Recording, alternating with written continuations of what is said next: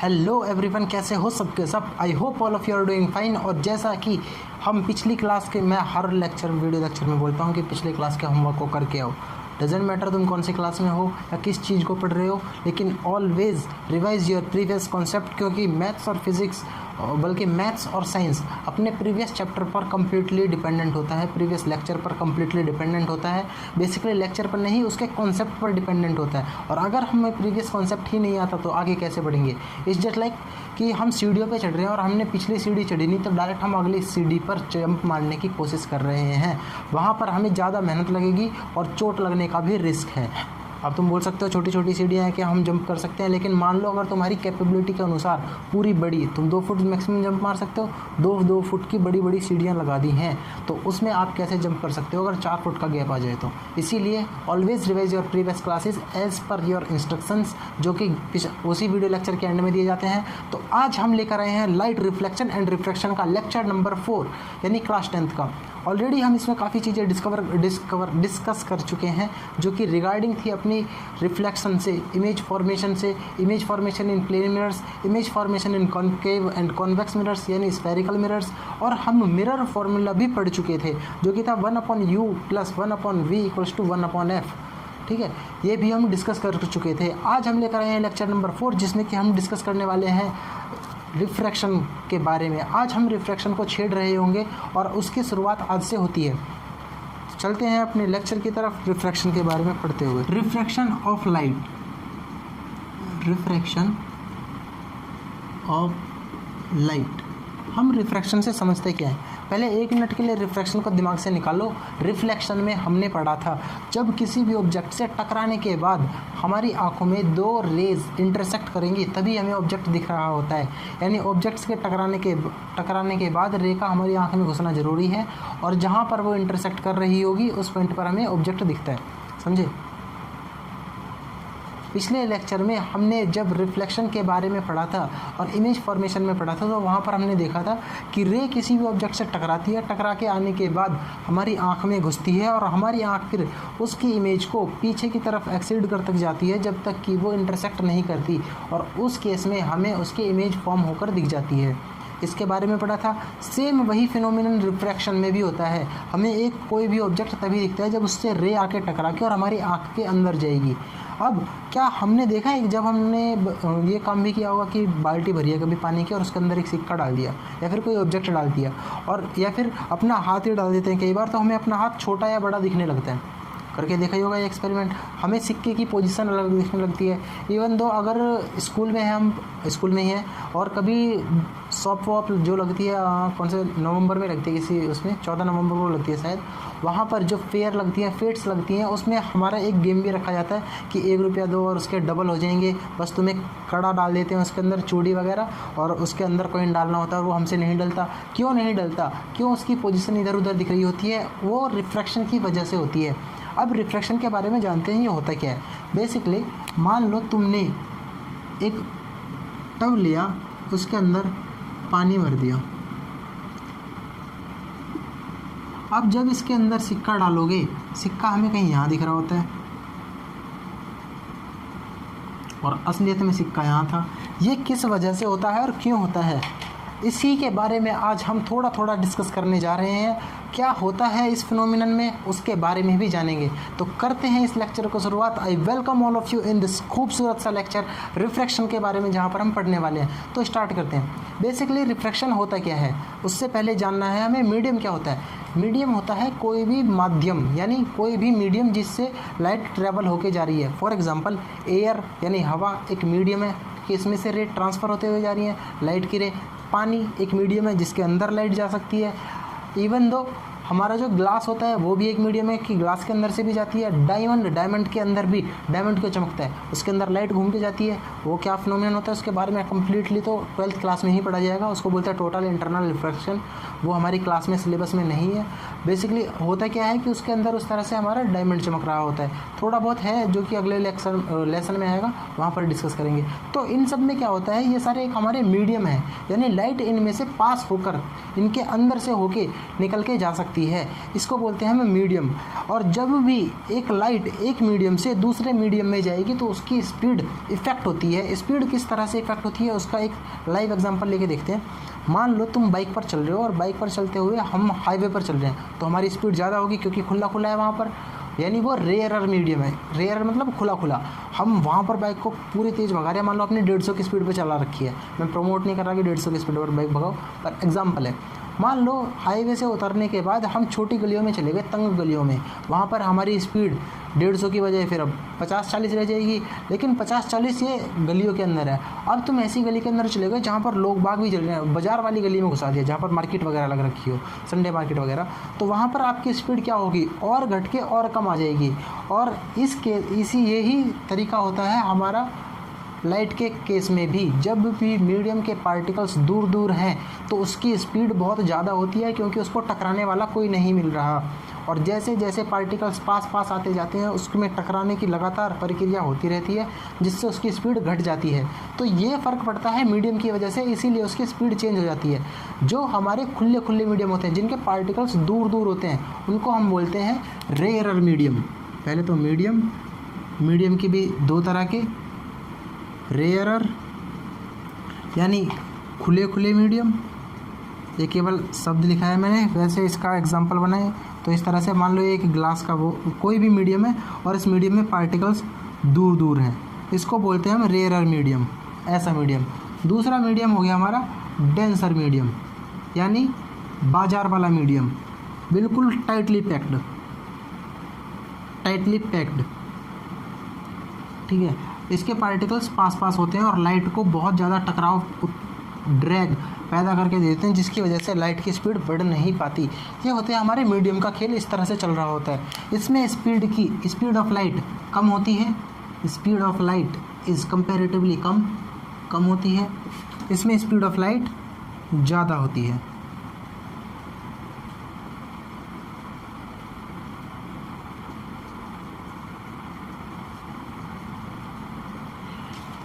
ठीक है, नोट करो इसको, फिर थोड़ा आगे बढ़ते हैं। अभी हमने मीडियम के बारे में केवल एक छोटी सी चीज़ देखी है कि ये डेंसर और रेयरर होते हैं, और डेंसर का मतलब क्या है हमने वो भी देखा। क्या चीज़ डेंसर होती है, बेसिकली ये सारी जो है ये रिलेटिव टर्म्स होती हैं। जैसे हमने 9th क्लास में एक रेफरेंस पॉइंट पढ़ा था मोशन चैप्टर में, उसी की तरह यहाँ पर भी खेल हो रहा होता है कि ये सारे रिलेटिव हैं।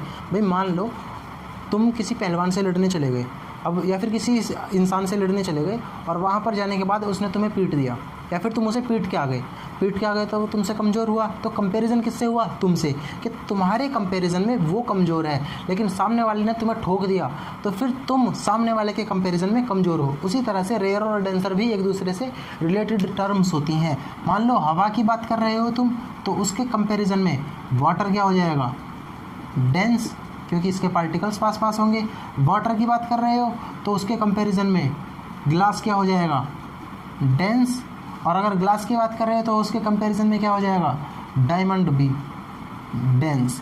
ये सारे एग्जांपल लिए मैंने MOND, डेंसर मीडियम के। लेकिन अगर एयर और डायमंड को उठा लें तब भी क्या होगा, एयर के कंपैरिजन में डायमंड डेंस।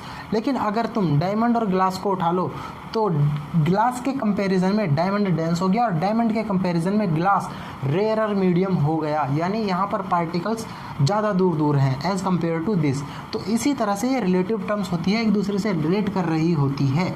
और जो स्पीड का खेल था, सिंपल सी बात समझते हैं। मान लो एक तुमने पत्थर उठाया और ज़मीन पे से ऐसे फेंकने के बाद क्या होता है, ये तुम खड़े हो यहाँ पर, यहाँ से हमने टाँक दिया पत्थर फेंकने के बाद वो ऐसे जा रहा है। लेकिन कभी वो ऐसे देखा है कि यूँ जाके और सीधा आसमान में ही चला गया, वो ऐसे जाके और धड़ू यहाँ जाके गिर जाता है। लेकिन अगर इसकी स्पीड तुम कम कर दो तो वो यहाँ जाके गिर जाएगा, और कम करोगे तो वो यहाँ जाके गिर जाएगा, और कम करोगे यहाँ जाके गिर जाएगा, और कम यहाँ, और ऐसे ही यूँ ही छोड़ दोगे तो वो पैरों में ही गिर जाएगा। समझ रहे हो, यही खेल होता है बिल्कुल लाइट का, कि स्पीड से उसकी स्ट्रेटनेस यानी सिधाई पर फ़र्क पड़ता है। और किस तरह से फ़र्क पड़ता है, अगर ये चीज़ समझ में आ गई तो अगली चीज़ बहुत आसानी से समझ में आ जाएगी। उसको देखते हैं।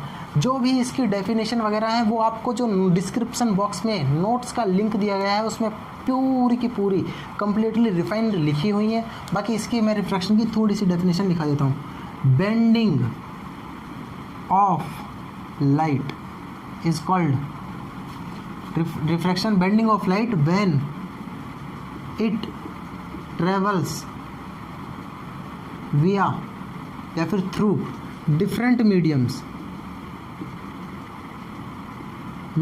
लिखा है मैंने, मीडियम नहीं लिखा। जब वो डिफरेंट मीडियम्स के थ्रू निकलती है तो उसकी स्पीड वेरी करती है, और उस फिनोमिनन को स्पीड वेरी करती है जिसकी वजह से वो मुड़ती है, और उस मुड़ने की प्रक्रिया को हम रिफ्रैक्शन बोलते हैं। मान लो हमने एक गिलास की बहुत मोटी सी लेयर ले ली और इसको रख दिया, और हवा में से एक लेज़र लाइट लेकर, लेज़र लाइट से सारे एग्जांपल हो जाते हैं इसके, लेज़र लाइट ली और वो ऐसे डाली। अब हम इस लेज़र लाइट की बीम से उम्मीद क्या करते हैं कि वो ऐसे चली जाए, पर ऐसा नहीं होता। क्यों नहीं होता उसके बारे में जानते हैं कि हम अपने सरफेस पर पहले तो वही रिफ्लेक्शन वाला नॉर्मल डालेंगे, और फिर क्या आपको पता है ये क्या है? ग्लास है। ये क्या है? एयर।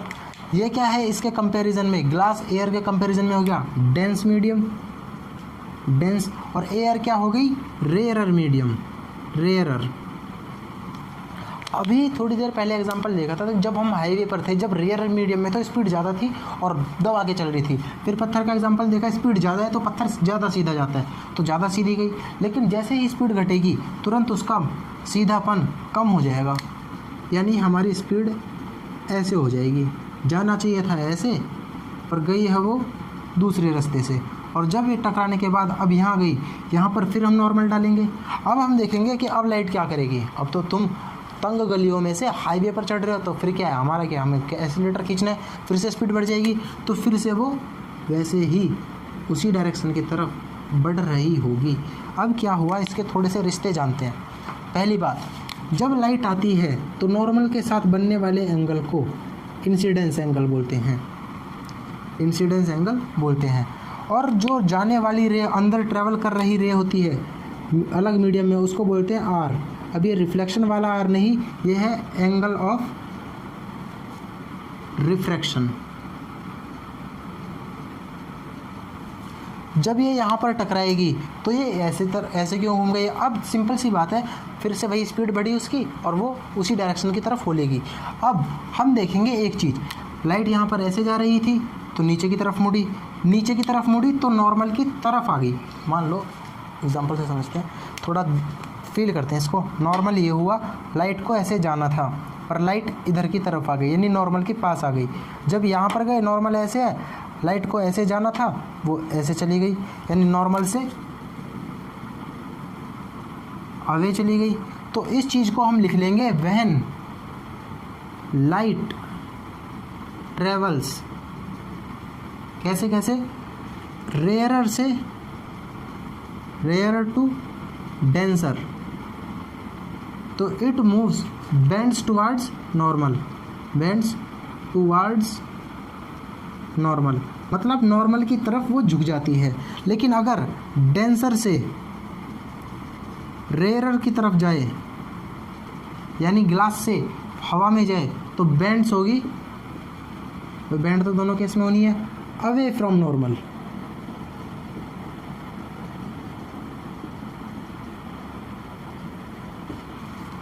नोट करो इसको, फिर आगे प्रोसीड करते हैं।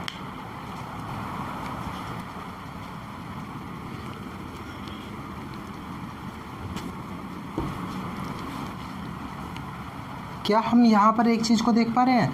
जब यहाँ से रे टकरा के और अंदर घुसी तो ये हो गया एंगल ऑफ इंसिडेंस, ये हो गया angle of refraction.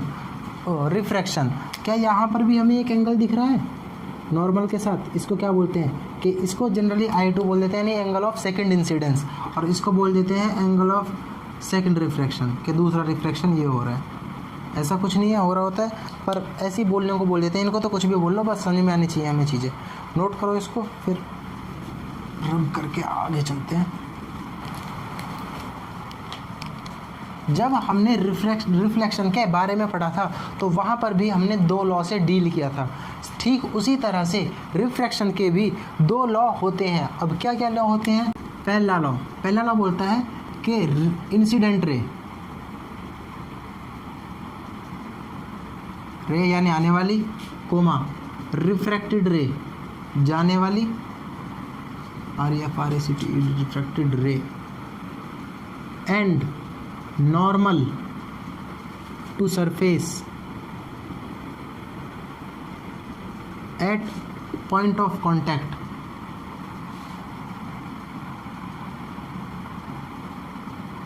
all lie in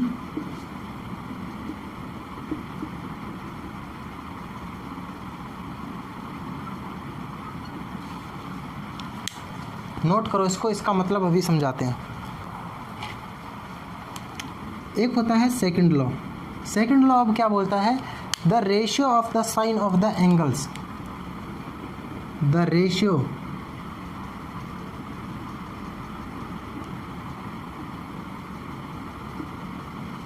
of sine of angles, angle of incidence to sine of angle of refraction is always constant for a pair of medium.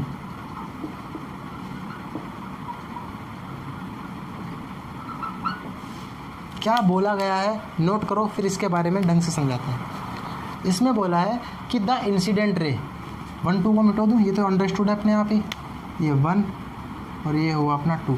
यहाँ पर बना लेते हैं, ये ग्लास हुआ, इधर की तरफ से रे आई, यहाँ पर नॉर्मल और ऐसे जानी चाहिए थी लेकिन इधर की तरफ वो चली गई।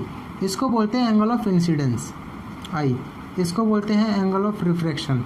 क्या बोला गया है कि जिस भी पॉइंट पर कांटेक्ट हो रहा है, यानी इस वाले पॉइंट पर दोनों सरफेस का जो कांटेक्ट पॉइंट है वहाँ पर इंसिडेंट रे, रिफ्रैक्टेड रे और नॉर्मल तीनों एक प्लेन में लाई करेंगे। एक प्लेन से मतलब बिल्कुल जो हमारा रिफ्लेक्शन का लॉ था उसी की तरह, कि अगर एक बहुत ही पतला सा चाकू लें और ये आई रे, यहाँ पर है नॉर्मल और रे इधर की तरफ चली गई, मान लो मेरी जो छोटी वाली उंगली है उधर की तरफ, तो अगर मैं एक पतला सा चाकू लूँ तो मैं इन तीनों को एक ही चाकू से एक ही बार में काट सकता हूँ। यानी ये हो गई हमारी इंसिडेंट रे, ये बन गया नॉर्मल और नीचे की तरफ चली गई रिफ्रैक्टेड रे, ऐसे मान लो। तो जब इसको मैं ऐसे काटूंगा तो इंसिडेंट रे को भी काटते हुए, नॉर्मल को भी काटते हुए, और जो ये अपनी रिफ्लेक्टेड रे होगी, रिफ्रैक्टेड रे, उसको भी काटते हुए चला जाएगा अपना प्लेन। यानी all lie in the same plane, एक ही प्लेन में अगर बहुत पतला चाकू ले तो तीनों को छपाक एक ही बार में सबको काटा जा सकता है। ये हो गया हमारा पहला लॉ। सेकंड लॉ बोलता है कि the sine of angle of incidence, यानी sine I upon sine of angle of reflection, यानी sine R is always constant. Constant का मतलब क्या होता है कि वो हमेशा फिक्स आएगा। Sine incidence upon sine of angle of refraction को लो, रेशियो लो दोनों का इस तरह से, तो वो हमेशा कांस्टेंट आएगा। और ये साइन क्या है? अपनी ट्रिग्नोमेट्री क्लास 10th का चैप्टर नंबर 6-7 है शायद, उसका ट्रिग्नोमेट्री चैप्टर है, उसी का जो साइन कॉस है ये वही वाला साइन है। ये हमेशा कांस्टेंट आता है फॉर अ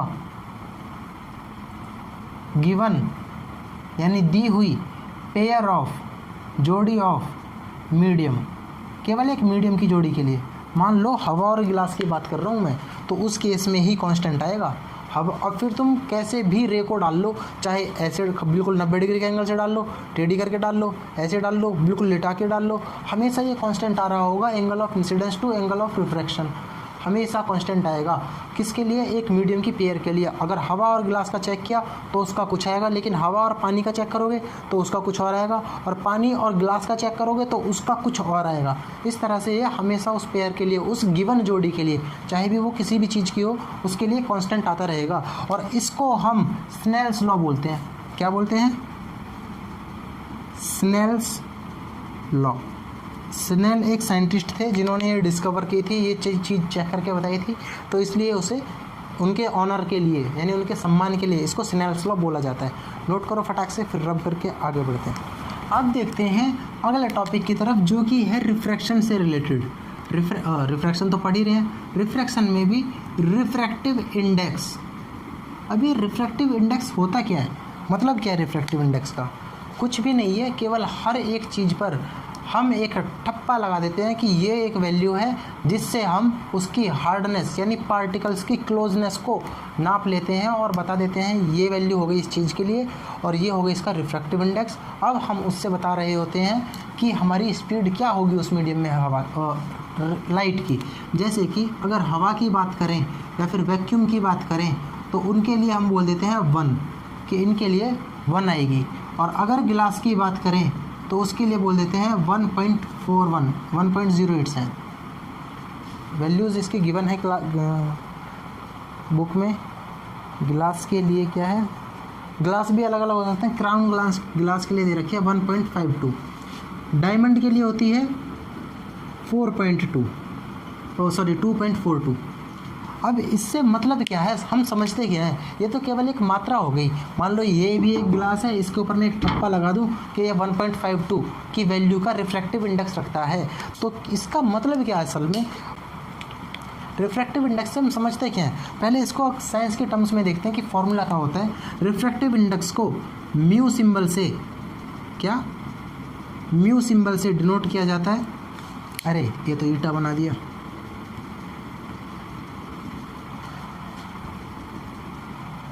रिफ्रैक्टिव इंडेक्स को म्यू सिंबल से डिनोट किया जाता है और ये होती है speed of light in vacuum upon speed of light in medium. ये हुआ इसका फॉर्मूले से ही हमें बहुत सारी चीज़ें क्लियर हो जाएंगी। म्यू क्या है, speed of light in vacuum upon speed of light in medium. जिस भी मीडियम के म्यू की बात कर रहे हों हम, उसी का ये फॉर्मूला अप्लाई कर देंगे। स्पीड ऑफ लाइट को वैक्यूम में c से डिनोट करते हैं और इसकी वैल्यू होती है 3 × 10⁸ मीटर पर सेकेंड। 3 × 10⁸ मीटर पर सेकेंड 7 रुपये करोड़ आ जाता है और ये हो गया 30 करोड़ मीटर पर सेकेंड। अगर 1 सेकंड का तुम टाइम नोट करो कि ये हो गया 1 सेकंड, तो ये चली जाएगी 3 करोड़ मीटर। अगर 1000 से डिवाइड कर दे तो कितनी, 5 जीरो, और 5 जीरो कितने थे, 1 10 100 1000 10,000, 3 लाख किलोमीटर प्रति घंटे की प्रति सेकंड की रफ्तार से ये चलती है। ठीक है, इतनी होती है स्पीड ऑफ लाइट। अगर हम स्पीड ऑफ लाइट तो हमारी अब फिक्स हो गई, ये तो सी ही हो गई हमेशा के लिए। अब speed of light in medium यानी एस बोल देते हैं, S M, speed of light in medium equals to mu M. ये हो गया फॉर्मूला हमारा रिफ्रैक्टिव इंडेक्स को कैलकुलेट करने का। अब ये तो हो गया फिक्स, ये हमारे कुछ वैल्यू देगा। अब इसके ऊपर डिपेंड करती है इसकी वैल्यू। अगर ये ज़्यादा होगा तो ये कम निकल के आएगा, अगर ये वैल्यू कम है तो ये चीज़ ज़्यादा निकल के आएगी। अब समझे, अगर ये वाली वैल्यू तो हमारी कांस्टेंट हो गई, कांस्टेंट। नीचे वाली वैल्यू बढ़ी तो ये वाली वैल्यू घट जाएगी, अगर नीचे वाली वैल्यू घटी तो ये वाली वैल्यू बढ़ जाएगी। एग्जांपल लेते हैं, मान लो ऊपर 10 फिक्स हो गया, 10 आ रही है स्पीड, नीचे वाली वैल्यू अगर कम है तो ऊपर आएगा 5, और अगर नीचे वाली वैल्यू ज़्यादा हो जाएगी बढ़ के तो ऊपर हो जाएगा 2। समझ रहे हो इसकी वैल्यू किस तरह से वेरी करेगी। तो इसी चीज़ को कैलकुलेट करने के लिए, इसी चीज़ को कैलकुलेट करके यहाँ पर हमारी वैल्यूज़ लिख दी गई हैं। इन वैल्यूज़ से हम पता लगा सकते हैं कि स्पीड ऑफ मीडियम क्या रही थी। अगर ये ज़्यादा आएगा तो ये कम रही होगी, जितनी ये कम उतना ये ज़्यादा, और जितना ये ज़्यादा उतनी स्पीड ऑफ लाइट उस पर्टिकुलर मीडियम में कम। यानी अगर मैं डायमंड की बात करूं जिसमें बहुत अच्छा खासा मार्जिन आ रहा है, तो इस केस में ये तो फिक्स है, ये ज़्यादा आ रहा है यानी ये बहुत ही ज़्यादा कम होगा। यानी डायमंड के अंदर लाइट सबसे ज़्यादा स्लो स्पीड पे चलती है। और लॉजिक भी है, पार्टिकल्स डायमंड के बिल्कुल पास होते हैं ऐसे, बिल्कुल। अब ये बिल्कुल भीड़ वाला मार्केट आ गई, इसमें क्या होगी, स्पीड सबसे कम। और वहीं अगर गिलास की बात करें तो उसमें भी पास है, लेकिन डायमंड के कंपैरिजन में थोड़ा ज़्यादा दूर है। तो उसको क्या बोल देंगे हम, अपने गली मोहल्ले का मेन रोड। और जब हम एयर की या वैक्यूम की बात करते हैं तो ये तो कतई नेशनल हाईवे हो गया, इस पर तो बिल्कुल दबा के चलानी है स्पीड में बाइक। तो वही वाला फॉर्मूला इसमें इम्प्लीमेंट हो रहा होता है और उसी से हम सारी चीज़ें निकाल लेते हैं। अब हमें थोड़ी फील आई होगी रिफ्रैक्टिव इंडेक्स की। म्यू से डिनोट करते हैं, क्या बोलते हैं इसको, म्यू, MU, म्यू। और किस तरह से इसकी वैल्यूज़ वेरी करती हैं वो भी हमने देख लिया है। अब बढ़ते हैं थोड़ा सा आगे और जानते हैं इसके फॉर्मूले के बारे में थोड़ा सा और।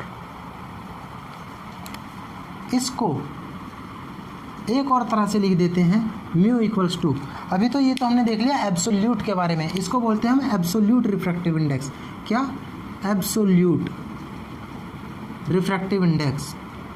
लेकिन वो बात रिलेटिव की भी बात कर सकता है। जैसे जब चैप्टर की स्टार्टिंग की थी तो वहाँ पर मैंने बताया था कि हम हमेशा रिलेटिव की बात करते हैं।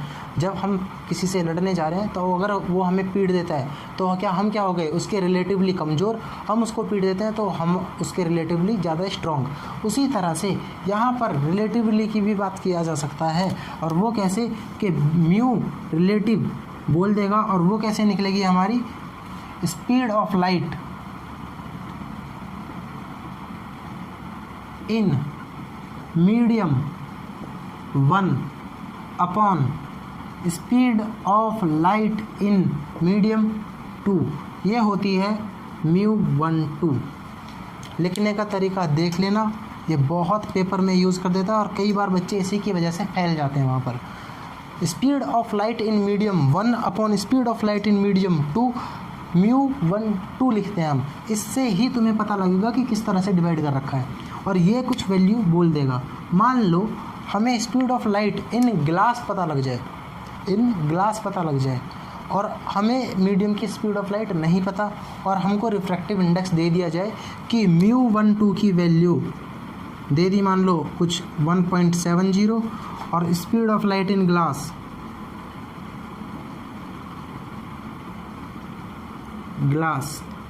बराबर दे दी जाए, कुछ कम आएगी ना, 1.5 गुना कम तो 1.7 समथिंग, इतनी मान लो 10⁸ मीटर पर सेकंड, और बोल दे कि speed of light in medium निकालो, speed of light in medium निकालो, जो भी दूसरा मीडियम है उसकी निकाल के बताओ।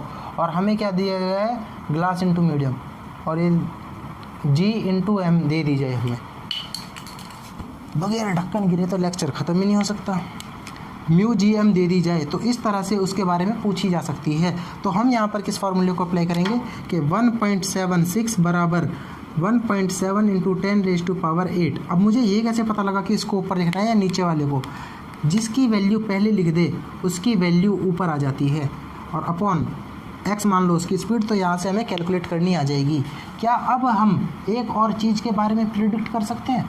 मान लो यहीं पर मैं म्यू 2/1 की बात कर दूं, क्या हम उसको लिख सकते हैं? क्या ये फ्रेम में आ रहा है? जी हाँ, चलो रब करके अगली स्लाइड पर ही लिखते हैं या फिर ऊपर ही लिखते हैं इसे। अगर मैं म्यू 2/1 की बात करूं, बिल्कुल इसको उल्टा करके लिख दूं कि mu of 2 with respect to 1 हमें दी गई है, तो इस फॉर्मूले में क्या चेंज आएंगे? यहाँ पर मैंने बताया था कि जिस भी चीज़ को पहले लिखा जाता है वो न्यूमरेटर में आती है, फर्स्ट कम्स फर्स्ट। तो speed of light in medium 1 की जगह अब 2 हो जाएगा क्योंकि 2 पहले है, और speed of light in medium 1। इस तरह से ये फॉर्मूला चेंज होता रहता है क्योंकि ये एक रिलेटिवली बात है, मतलब एक दूसरे से रिलेट करके ही इसकी वैल्यू को बताया जाता है। नोट करो। आई होप आपकी ये समझ में आ गया होगा। अगर नहीं आया तो कोई जल्दी नहीं है, कोई हमारी बुलेट ट्रेन नहीं छूट रही, और छूट भी रही है तो छोड़ दो। अगर हमारी छूट भी रही है तो छोड़ दो, पहले हम कॉन्सेप्ट समझेंगे उसके बाद आगे प्रोसीड करेंगे। अगर ये चीज़ें पल्ले नहीं पड़ी तो आगे की कोई कॉन्सेप्ट का, कोई लॉजिक का बेस नहीं बन पाएगा, जिसके ऊपर हमारी बिल्डिंग बहुत ही ज़्यादा कमज़ोर होगी, जो कभी भी ढह सकती है, गिर सकती है। नोट करो, फिर आगे बढ़ते हैं। हमारी वैसे तो NCERT में कुछ वैल्यूज़ दी गई हैं, पर उनमें से मैं इम्पोर्टेंट कुछ आपके लिए लिख के दिखा देता हूँ। एयर का रिफ्रैक्टिव इंडेक्स, हमने यहाँ पर रिफ्रैक्टिव इंडेक्स की ही बात की है, रिफ्रैक्टिव इंडेक्स की एयर का क्या होता है 1.0003। एक तो ये इंपॉर्टेंट है जो हमें याद करना है, दूसरा वाटर का भी याद कर लेंगे 1.33, ग्लास का भी याद कर लेंगे 1.52, डायमंड का भी याद कर लेंगे 2.42। डायमंड, ग्लास, पानी H2O, और केरोसिन का इम्पोर्टेंट नहीं है, रूबी, सफ़ायर, रॉक सॉल्ट का भी एक बार याद कर लेना 1.54, बिल्कुल इसके सिमिलर ही हो जाएगा रॉक सॉल्ट। अब ये रॉक सॉल्ट क्या होता है, केमिस्ट्री में इसके बारे में पढ़ेंगे। ढंग से 1.54। तो आज की वीडियो में केवल रखते हैं इतना। अगली क्लास में आने से पहले इस क्लास को एटलीस्ट 3 से 4 बार रिवाइज जरूर कर लेना मेरे भाई। मैं बार बार बोलता हूँ इस चीज़ को, जरूर जरूर जरूर कर लेना। अगर बिल्डिंग को कॉन्सेप्ट के बेस पर बनाओगे तो ज़्यादा स्ट्रॉन्ग रहेगी, ज़्यादा लंबे टाइम तक चलेगी। तो इसी मोटिव के साथ आज की क्लास को करते हैं समाप्त। मिलते हैं अगले लेक्चर में, तब तक के लिए स्वस्थ रहें, मस्त रहें और पढ़ाई जरूर करते रहें। Bye bye guys.